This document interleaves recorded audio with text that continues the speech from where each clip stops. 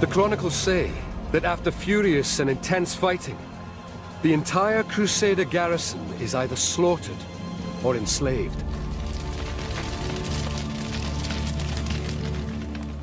For centuries, there is no way to prove or disprove this incredible story. Then, archaeologists discover something extraordinary. The bones of Crusaders left on the battlefield by the victorious Muslim army. This is the exact place where we started finding all kinds of skeletons of human beings and of horses. We see the drama, the actual men that were killed during the battle. You can see the agony. They are the first skeletons ever excavated of Crusaders killed in combat. Finding out who they are and how they died could reveal what really happened at Jacob's Ford.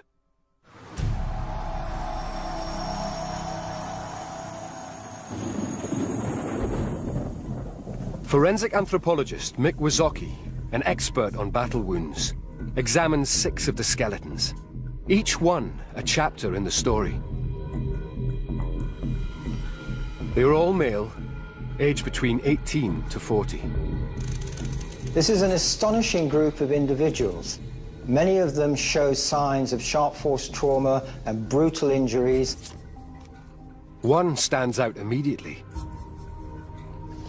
This individual suffered the most appalling series of injuries. We can see this here in his lower jaw, his mandible, blow struck at an angle, probably splitting the chin in 2. We know that it's a blow from a sword because the break is very, very straight and even. A second wound is far worse. It severs his left arm. The cut is actually coming down at an angle through here and cutting through here. Also, in this photograph, we can see how clean and sharp it is. This isn't a natural break in bone at all. This is a cut. One blow, and the arm was gone.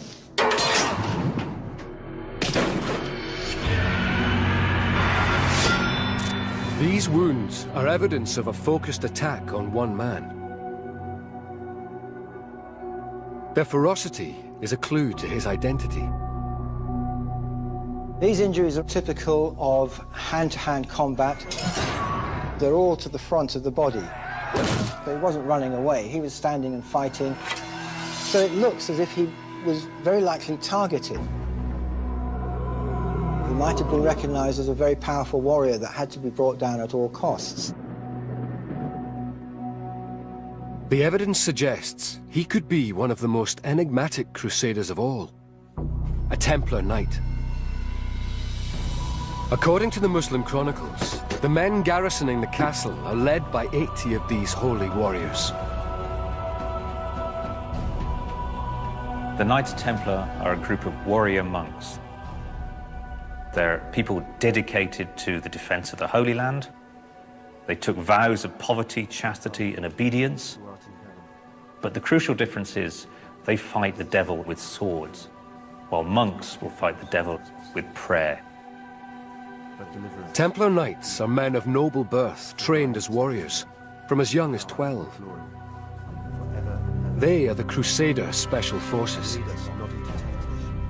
Their weapon of choice is the broadsword. This weapon is an incredibly devastating weapon. It's a double-edged sword, which means that when you pick it up, you can use either edge, so it's very versatile. It's well balanced, so when we're fighting, we can move the sword rapidly.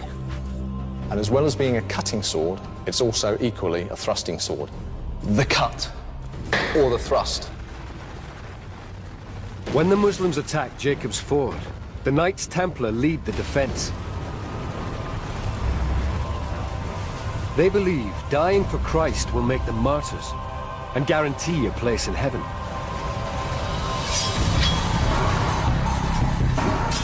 Their unshakable faith would keep them fighting.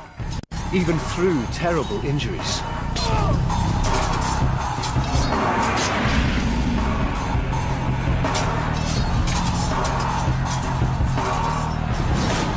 The Templars are the best troops the Christians have got. They're trained, they've got the best kit, they're disciplined.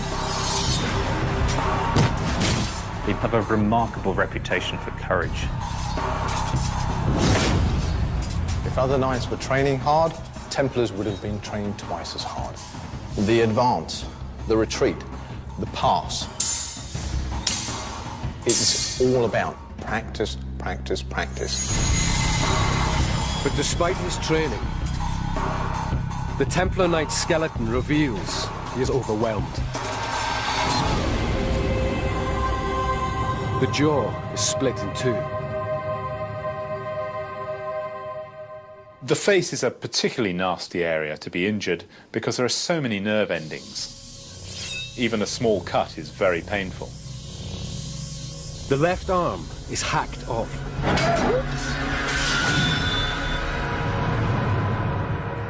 The weapon responsible is most likely the Muslim scimitar. This is a real cleaving weapon, swinging through, cutting. With the curved blade, a smaller area of the blade hits home first, which means that all the force of the blow hits on that singular point, then it just widens the cut as it draws through. Now, this leg of lamb also has a bone running through it, and this is a pure example of the cleaving ability of the scimitar. Using the weight of the blade, I would easily remove his arm. Driven by his faith, the knight fights on, aided by his body's response to injury. If a soldier's on the battlefield and, for instance, he loses his arm, there's every reason to suppose that he can still continue fighting. Physiologically, the mechanism allowing them to do that is the adrenaline that's pumping around their body, constricting the blood vessels from the wound, reducing their concept of pain, pushing them on to fight. But the brutal attack isn't over. On excavation, there's an arrowhead lodged in his neck. The main compromise of function would be the ability to breathe. That's one of the major killers on a battlefield, the loss of the airway. Incredibly, none of these wounds are his cause of death. There's a fourth and final act. The blow that we think probably killed him is this blow that we can see to the front of his skull here. Very sharp break running through the bone here that's actually split the whole bone in two. And that's certainly a killing blow. It may well have been struck while he was already on his knees.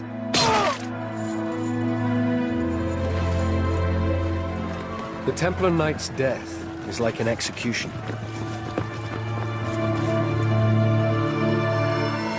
If the blow penetrated the brain, there'd be massive hemorrhage, and you would drop to the ground like a stone.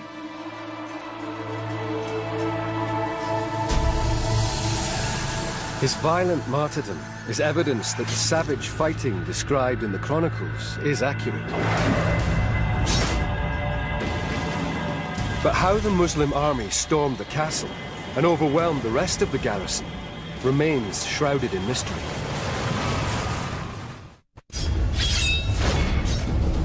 According to the Chronicles, the Crusaders butchered at Jacob's Ford die as a result of a single fateful decision.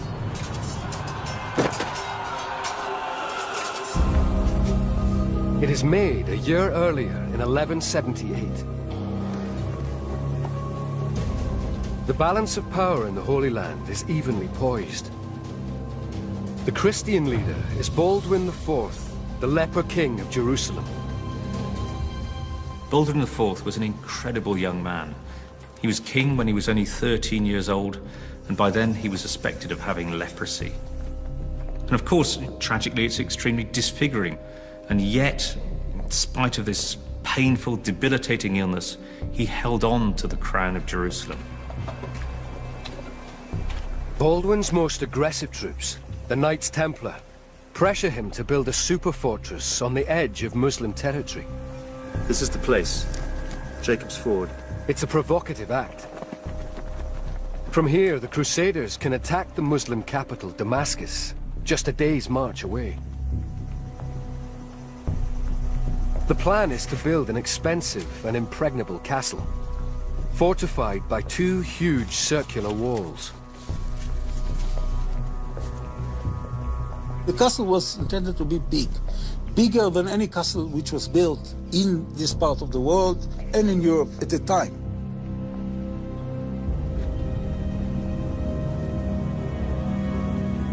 Baldwin's decision to build the castle throws down the gauntlet to the Muslim world. The response seals the fate of these 6 men.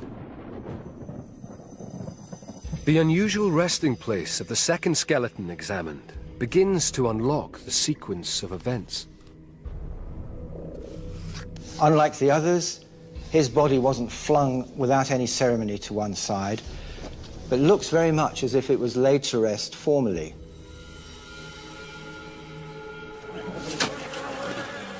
If there was time to bury this man properly, he must have died before the Muslims stormed the castle. His bones could explain why. This is his collarbone. This is a collarbone from one of the other Jacob's Ford warriors. If we just compare the two, you can see the size difference quite clearly. This was a very big man. His body is also very muscular. If we look at his humerus, that's his upper arm, you can see that it's very strong development of muscle attachment sites. We can see this very large area of swelling. And when muscles attach into the bone, and then that muscle is used over and over again, it'll cause the bone to grow more. Everything about his physique suggests he's a powerfully built warrior.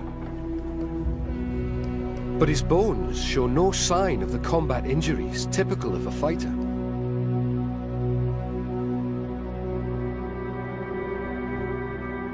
In fact, even more mysteriously, there doesn't seem to be any evidence of any healed injuries either. Only one part of this man's skeleton hasn't yet been examined: his skull.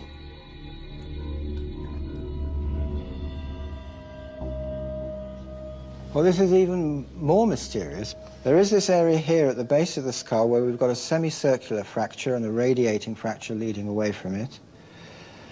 But again, there's no impact point here. The damage to the skull was not caused by a violent blow, but most likely by the wear and tear of being buried for 800 years. With no combat injuries anywhere on his body, this man is an unlikely warrior. Another clue offers a different explanation to his identity. He's got very strong development where ligaments hold your collarbone in towards the neck muscles. This suggests a rotary movement of the shoulders. He was using both his arms, movements in this direction, perhaps lifting weights as well. This insight suggests he's one of the castle's most valued non-combatants, a stonemason. Medieval stonemasons serve a back-breaking 7-year apprenticeship to master their craft, skills essential for building castles.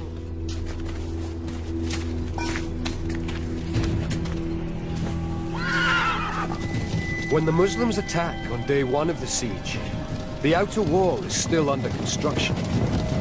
Run! Get back! Everybody was caught by surprise. I mean, this group of workmen were not given any warning. You find the arrowheads amongst the tools and in the cement that they were mixing in order to build the core of the wall. They're just everywhere. Get back! Get back! I would think that in order to protect yourself, you would take your hoe, your pick, whatever you were working with, and try and defend yourself with it. Hurry, come on! Come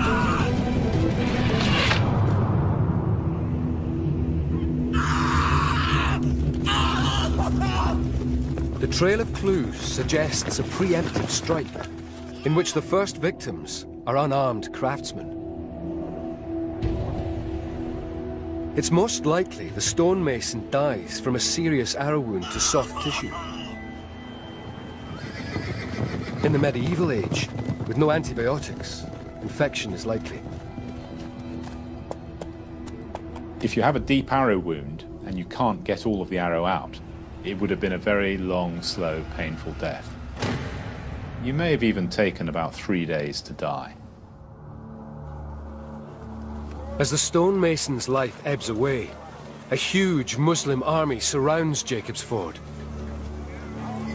The chronicles say the plain overflowed with troops. Behind castle walls, there's still time to bury the dead. But not for long.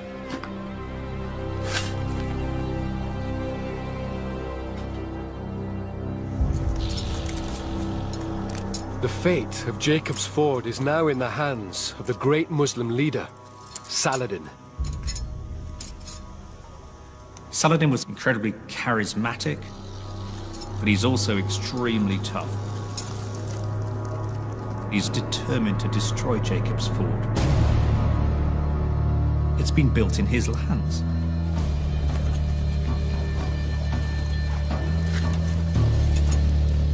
He needs to attack this place before it's finished. He's got to hit it hard before it gets too powerful, too complete. On the 6th day of the siege, Saladin executes his devastating plan. His engineers have been digging a tunnel under the castle walls.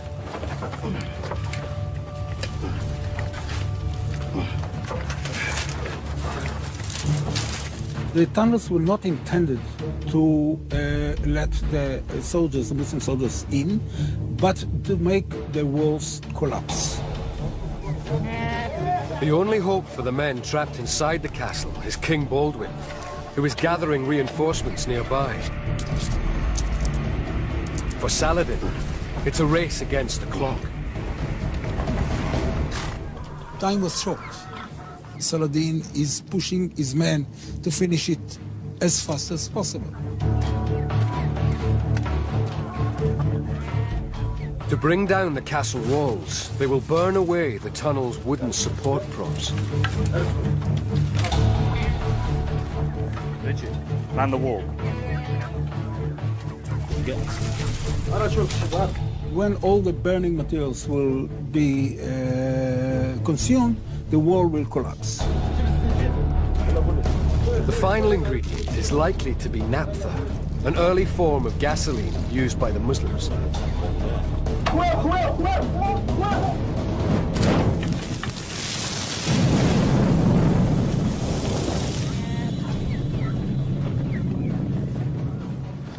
This is the only part along the walls where the walls are missing. Here, I believe, the tunnel was dug and the walls came tumbling down. The Muslim chronicles describe the moment.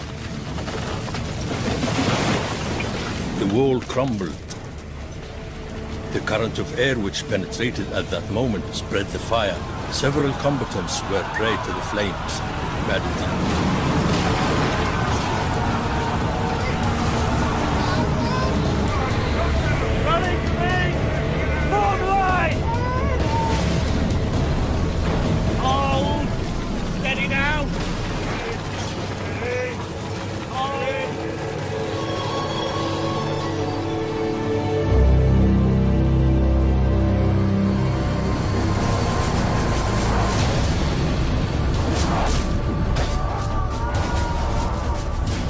The collapse of the wall allows Saladin's warriors to storm into the castle. The battle is now decided in just a few hours of savage hand-to-hand combat. 4 more skeletons have stories to tell. Each one a chapter in what happens next.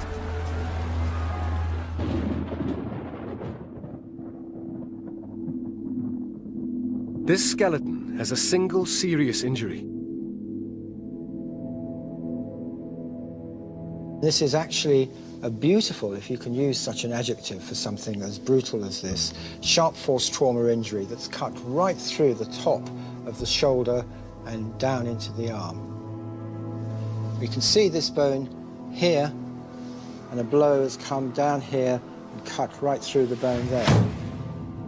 The sword that's been used, it's on the anterior, that's the front part of the humerus, means that he's facing his enemy, he's in hand-to-hand combat. Surprisingly, for a powerful sword wound, the bone is largely intact. Maybe he was wearing armor, and the chainmail armor actually took a lot of the force of the blow.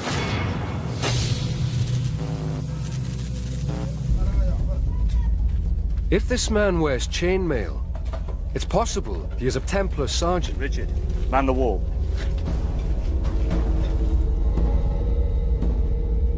As many as 5 of these men from lower class backgrounds serve each Templar Knight. They wear black robes over chainmail, tend the Knight's horses, and fight by his side. The Templar sergeants are an integral part of the Knights' fighting force. These men take the full vows of a Templar and are just as battle-hardened.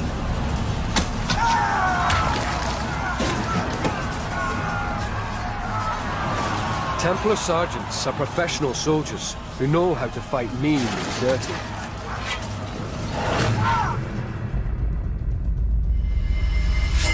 When you have the press of battle, you've got bodies upon bodies pressing on you, you're in a very restricted area. Here, I'd use the pommel. Here, driving the quillions into the face. Here, in with the head. Remember, I'll be wearing a helmet. Here, kick into the belly, follow through with the cut.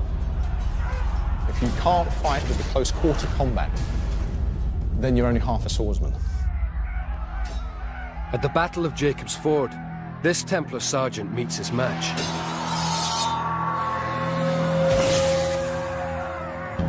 The blow which downs him is a medieval classic. In many medieval battles, they have found a large number of wounds to the left side of the body. The majority of people were right-handed, and when they executed a downward blow, most of them would be to the left side of the body. This would be a terrifically painful injury.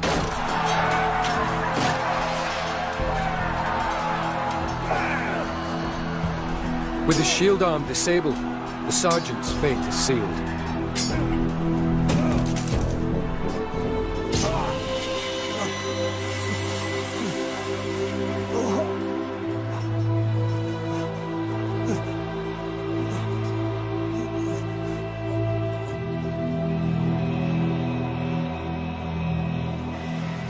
Unlike the Templar sergeant, many of the other Crusaders trapped in the castle are not experienced soldiers. The next skeleton examined reveals their fate.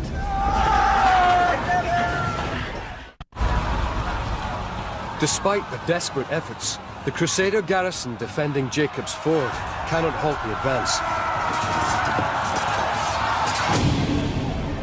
Saladin's men go on the rampage.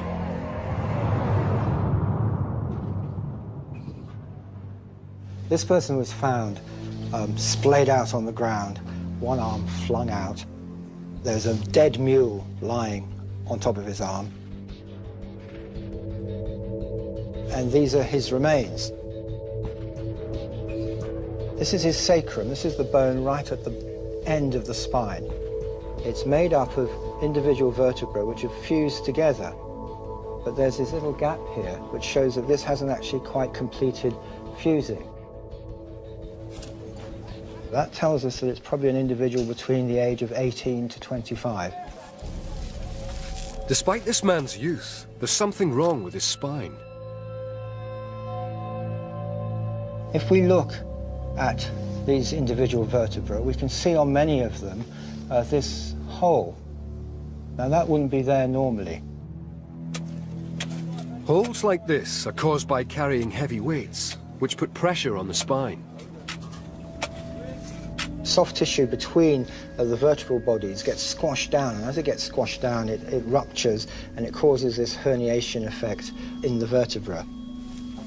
So this is somebody who's been carrying heavy materials, equipment, weights of one kind or another for quite a long time, probably since he was a young boy. The evidence of child labor suggests this man comes from a low-status background. More clues supporting this theory come from his teeth. He's lost a tooth here. There's also tooth decay here. A massive hole just there. That would have been extremely painful. He's also got a huge build-up of tartar. It's all this material you can see around here, just at the end of the teeth, towards the gum line. That means that he's had gum disease. As a result of that, he would have had extreme jungle breath. The appalling condition of his teeth and gums make him an unlikely soldier. Would you want a warrior, to be suffering from awful toothache? And, oh, leave me alone, I've got toothache. If warriors were suffering from toothache, they'd pull the tooth out so that the guy can go and, do the business. All the clues suggest he is a poor man, employed as a laborer. Open up! Open up! He has no armor, no weapons, and knows little about fighting.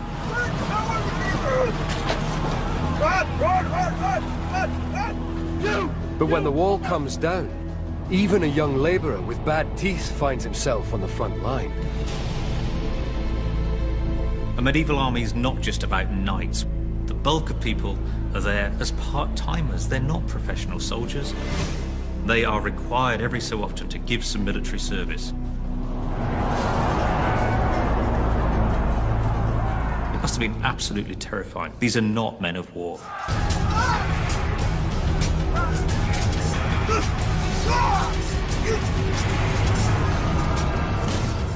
People from all levels of society signed up for the crusade. You've got knights, you've got churchmen, peasants. You're a small group of Western Europeans who come over and conquered effectively an alien territory. At times of invasion, everybody is going to have to get involved.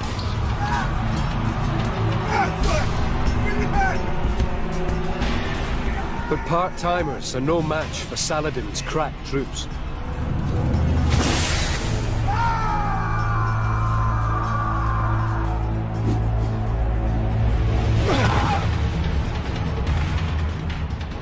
I don't think that the Muslim forces of Saladin differentiated between warriors, those who were carpenters, blacksmiths, masons. They just went through and killed whoever was in their way.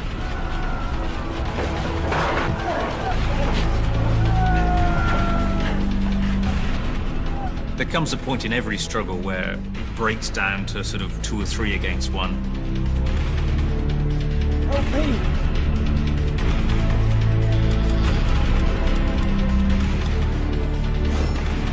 It's a truly hellish scene.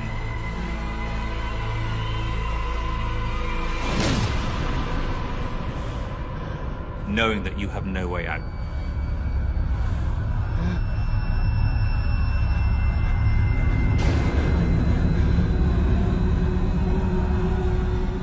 You are absolutely pinned. There are no injuries on the young labourer's skeleton. This suggests he dies from a flesh wound.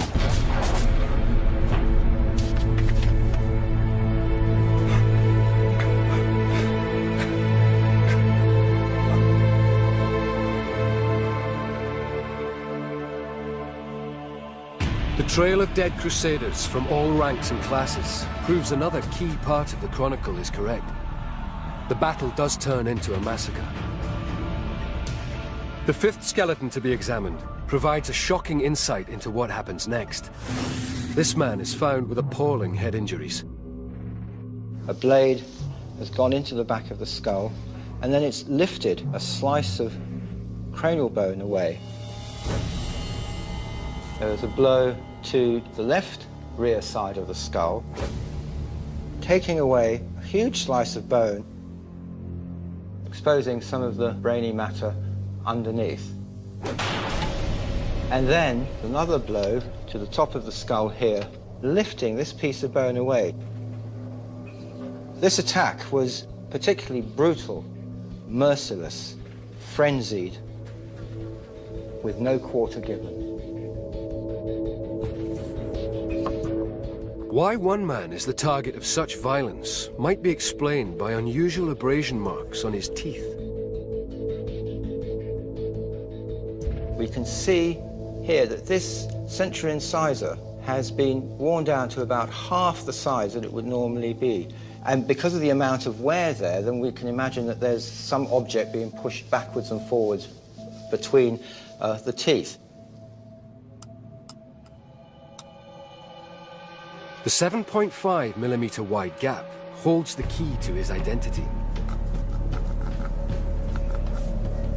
He could be working some bowstrings, perhaps. He may be using that tooth to strip away the bark of wooden arrow shafts. He might be working feathers with his teeth. It's compelling evidence that this man could be an archer.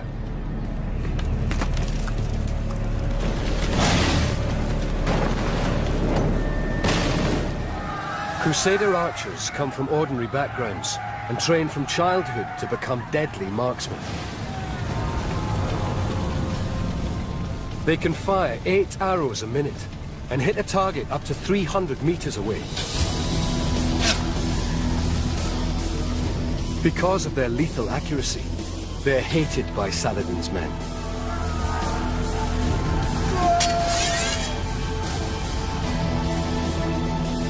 In the final stages of the battle, I suspect many of them were simply butchered by the Muslims. The ferocity, the fervour of war at that moment means that the chances of them pausing and taking prisoners were quite low.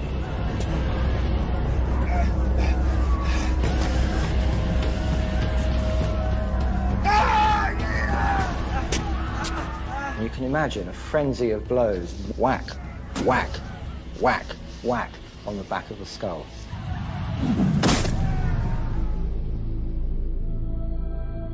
They wanted to make sure this guy was dead. In the final stage of the battle, only a few Crusaders are left standing, trapped at the south end of the castle.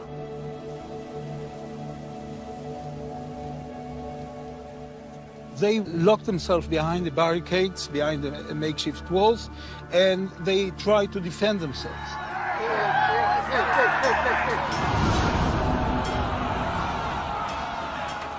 The bones excavated from the castle ruins offer a chilling insight into the fate of these men. This is a very enigmatic skeleton. In the corner of his right arm and elbow, there was this object here, a mass of coins, very likely held together in a purse. The coins are the first clue to who this man is. We can say that he was of a relatively high status because he is holding a tremendous amount of money. I mean, this is not small pocket money that any laborer, carpenter, blacksmith would have in his pocket. His cause of death confirms this is no ordinary crusader. It reveals that Saladin's men single him out for special treatment. They breached the north wall! When these stones were lifted, they looked very carefully for any small fragments of skull, and they weren't there. So what does appear to have killed him is the fact that he lost his head. Decapitation suggests execution. It's another clue suggesting this man is a high-ranking Templar Knight, entrusted with money to pay the castle workforce.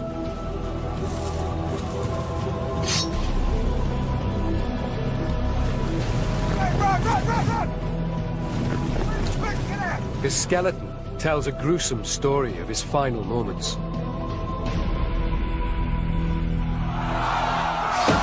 The first blow hits his right shoulder blade.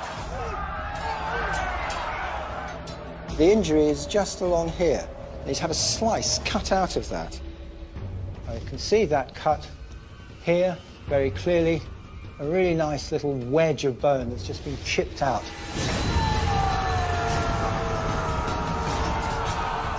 The next injury is to his right arm. He's taken a chunk out of his radius at this angle here, coming down close to his wrist.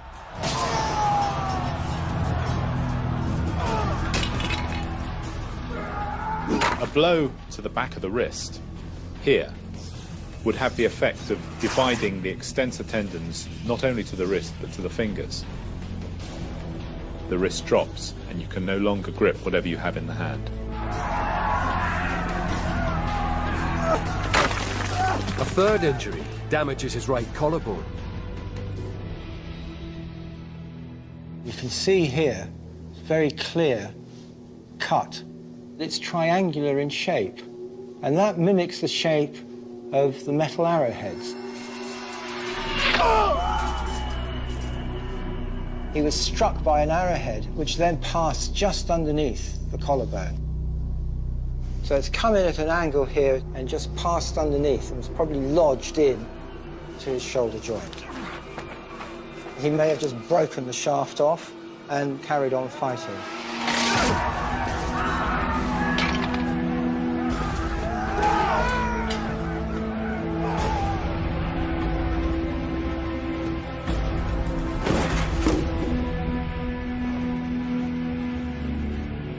Immobilized, the high-ranking Templar Knight is at the mercy of his assailants.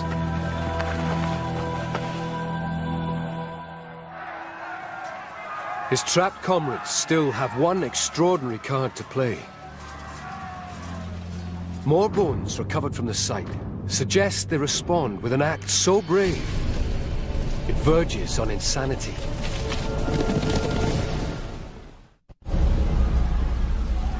As the Battle of Jacob's Ford draws to a close, something incredible happens. The evidence comes not from human, but animal bones.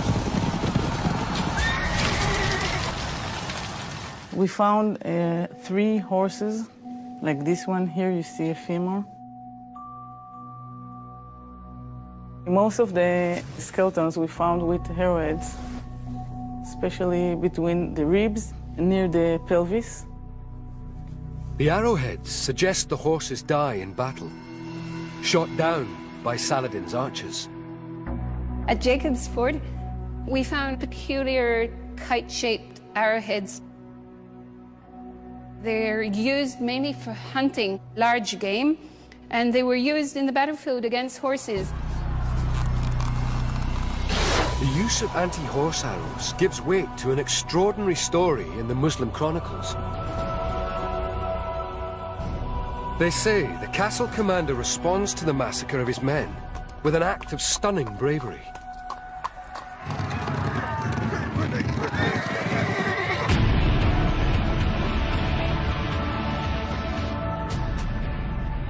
In the desperation of closing stages of the battle, it's quite possible a number of the knights tried to break out.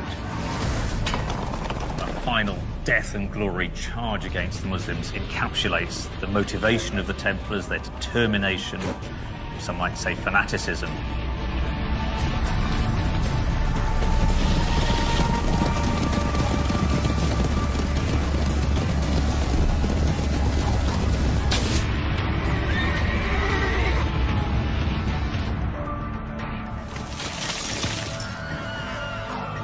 The large kite-shaped arrows would have been devastating. These things usually had a radius of about 3 to 5 centimeters, and it would be like throwing an axe at someone.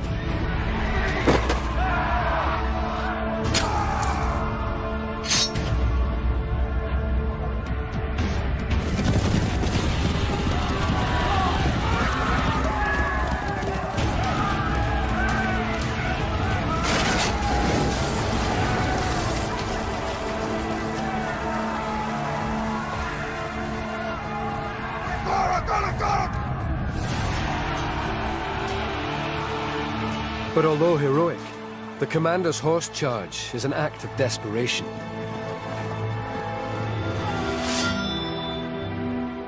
He knows that he's going to be killed. It was a suicide act.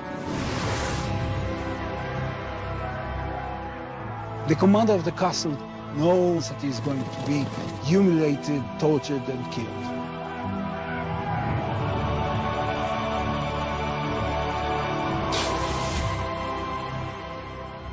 The chronicles say, he threw himself into a hole full of fire, and from this brazier he was immediately thrown into another, that of hell. Al-Fadil.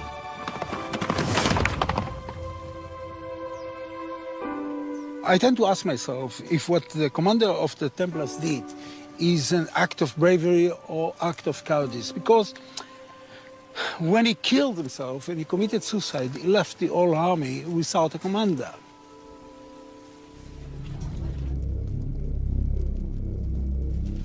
The chronicles talk of mass executions after the battle. Now is perhaps when the high-ranking Templar Knight meets his end. Executions after a battle send a number of messages to the enemy. They show that you have triumphed over them. You are showing no quarter, no mercy. This is what will happen if you resist us.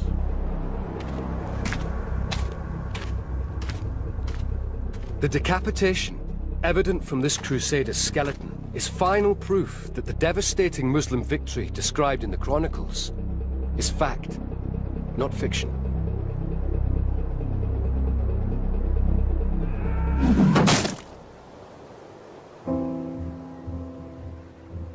News of the massacre reaches King Baldwin before his relief army arrives at Jacob's Ford.